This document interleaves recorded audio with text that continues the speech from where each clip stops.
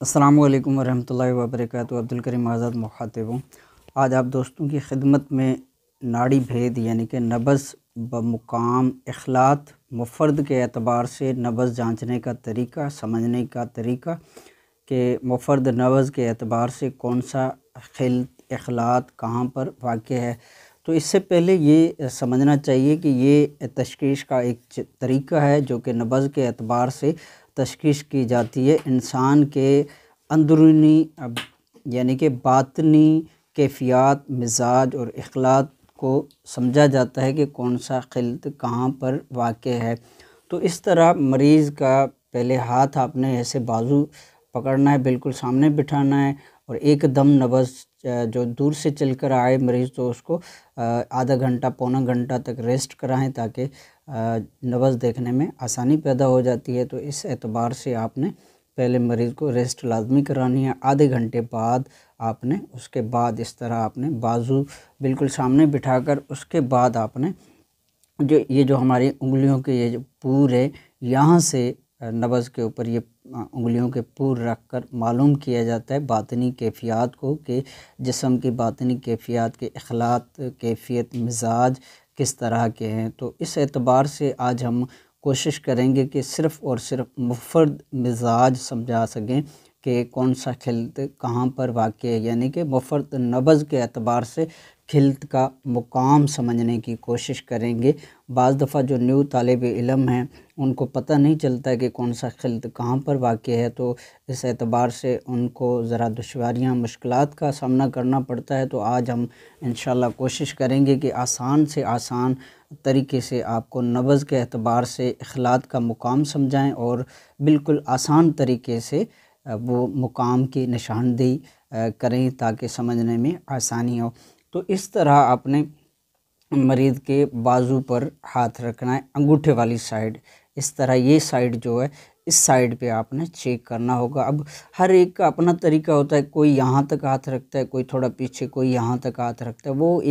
ہر ایک کا اپنا اپنا طریقہ ہوتا ہے۔ بس اس طرح آپ نے تھوڑا ہاتھ کو ایسے کرنا ہے اور یہاں پر صرف 3 انگلیاں یا 4 انگلیاں جلد کے مقام پر ایسے تھوڑا دباؤ دے کے پھر اٹھا لینی ہے اور صرف ایسے جلد کے اوپر ہاتھ رکھنا ہے۔ اگر ہاتھ رکھنے سے، انگلیاں ٹچ کرنے سے نبض چلتی ہوئی، پھڑکتی ہوئی، دھڑکتی ہوئی معلوم ہو تو یہاں پر نظریہ مفردہ اعضاء کے اعتبار سے یہ عضلاتی نبض کہلائے گی، سوداویت کی نبض ہوگی اور آیورویدک تھیوری کے مطابق یہ وات دوش پر دلالت کرے گی۔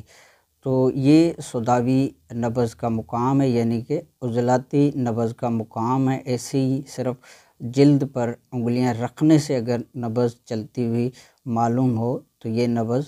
عضلاتی نبض کہلائے گی، یعنی کہ آیورویدک کے مطابق یہ نبض جو ہوگی یہ وات دوش کی علامات ہوگی۔ تو اس طرح اگر یہ نبض شدت میں ہو تو قبض کی شکایت رہتی ہے، اور قارورہ کے اعتبار سے یعنی کہ جو قارورہ کا رنگ ہوتا ہے اس اعتبار سے دیکھا جائے تو عضلاتی نبض کا جو قارورہ ہوگا وہ سرسوں کے تیل جیسا رنگ ہوگا قارورہ کا۔ اور اسی طرح صفراوی نبض جو ہوگی یعنی کہ جو گدی نبض کا مقام ہے وہ یہاں پر تھوڑا ایسے جلد پر تھوڑا ہلکا دباؤ دینے سے اگر یہاں پر نبض چلتی ہوئی، دھڑکتی ہوئی، پھڑکتی ہوئی معلوم ہو تو یہ نبض جو ہوگی نظریہ مفردہ اعضاء کے اعتبار سے یہ گدی نبض کہلائے گی، جو کہ صفراوی نبض ہوگی۔ قارورہ کے اعتبار سے اس نبض کا جو قارورہ ہوتا ہے وہ پیلے رنگ کا ہوتا ہے، یعنی زرد رنگ کا، یلو رنگ کا ہوتا ہے۔ تو اس طرح یہ آیورویدک تھیوری کے مطابق یہ جو ہوگی نبض وہ پت دوش پر دلالت کرے گی۔ اسی طرح تیسرا مقام ہے نبض کا وہ ذرا دباؤ دینے سے جو کلائی کی ہڈی ہے اس کے برابر میں اگر نبض چلتی ہوئی، پھڑکتی ہوئی، دھڑکتی ہوئی معلوم ہو تو یہ نبض جو ہے نظریہ مفردہ اعضاء کے اعتبار سے اعصابی نبض کہلائے گی، بلحاظ مقام اعصابی مقام یعنی کہ اعصابی نبض کہلائے گی، اور آیورویدک تھیوری کے مطابق یہ کف دوش کی نبض کہلائے گی۔ یہ 3 مقام ہوتے ہیں اور قارورہ کے اعتبار سے اگر قارورہ کا رنگ دیکھا جائے تو اعصابی نبض ہوتی، جو کف دوش کی نبض ہوتی ہے اس کا قارورہ بالکل سفید ہوتا ہے۔ تو یہ بمقام اخلاط کے مقام ہیں، یعنی کہ پہلے خالی انگلیاں ٹچ کرتے ہی اگر نبض چلتی ہوئی معلوم ہو تو یہ نبض جو ہوگی سوداوی نبض ہوگی، یعنی کہ عضلاتی نبض ہوگی۔ تھوڑا دباؤ دینے سے اگر نبض معلوم ہو تو یہ صفراوی گدی نبض ہوگی، پت دوش والی نبض ہوگی۔ اور اگر مزید زور دے کر ہڈی، کلائی کی ہڈی کے برابر میں اگر نبض چلتی ہوئی محسوس ہو تو یہ نبض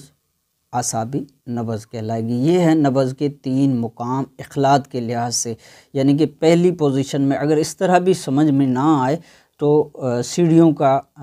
نقشہ جو ہے ذہن میں رکھ لیں، یعنی کہ جو پہلی سیڑھی ہوگی وہ عضلاتی نبض کی، دوسری سیڑھی جو ہوگی وہ گدی نبض کی، تیسری سیڑھی ہوگی وہ اعصابی نبض کی۔ اس طرح آپ مقام اخلاط کے مقام معلوم کر سکتے ہیں۔ پہلی پوزیشن میں جو خشکی یعنی کہ سوداویت ہے، اس کے بعد تھوڑا زور دے کر اگر نبض ہو مقام کے اعتبار سے تو یہ صفراوی نبض، اگر اس سے بھی زور دے کر کلائی کے قریب، ہڈی کے قریب معلوم ہو تو یہ اعصابی نبض ہوگی۔ تو اس طرح اخلاط کے مقام معلوم کیے جاتے ہیں کہ کون سا خلط کہاں پر واقع ہے اور کون سا خلط بڑھا ہوا ہے، کون سا کم ہے، تو اس طرح کمی بیشی کا اندازہ ہو جاتا ہے۔ اس کے علاوہ پھر قارورہ میں جو قارورہ کی تشخیص کی جاتی ہے وہ بھی حالانکہ ہے تو سب سے بہتر یہ ہے کہ نبض کے اعتبار سے تشخیص کی جائے، وہ سب سے بہتر ہوتی ہے۔ البتہ اگر کوئی قارورہ سے جیسا کہ کیا جاتا ہے تشخیص، تو قارورہ کے اعتبار سے قارورہ کسی بوتل میں یا کسی برتن میں ڈال کر اور اس میں میٹھا سوڈا ڈالا جاتا ہے۔ اگر میٹھا سوڈا ڈالنے سے قارورہ میں ابال پیدا ہو، جھاگ پیدا ہو جائے تو یہ نبض جو یعنی کہ قارورہ جو ہوگا بلحاظ اخلاط کے یہ سوداویت پہ دلالت کرے گا، کیونکہ جیسے ہی میٹھا سوڈا قارورہ میں داخل کیا جائے گا، کیونکہ سوداویت کی جو قارورہ ہوگا وہ تیزابیت والا قارورہ ہوگا، تو جیسے ہی سوڈا اس میں داخل کی جائے گی تو اس میں ابال پیدا ہو جائے گا، جھاگ آنا شروع ہو جائے گی، تو یہ تیزابیت پر دلالت کرتا ہے۔ اور تیزابیت کا قارورہ جو ہوگا وہ ہمیشہ سوداویت کا یعنی کہ عضلاتی قارورہ کہلائے گا۔ اسی طرح اگر قارورہ میں سوڈا ڈالنے سے وہ تحلیل ہو جائے، حل ہو جائے تو یہ صفراوی یعنی کہ گدی قارورہ تصور کیا جائے گا، تو حرارت کی وجہ سے وہ حل ہو جائے گا۔ اور اگر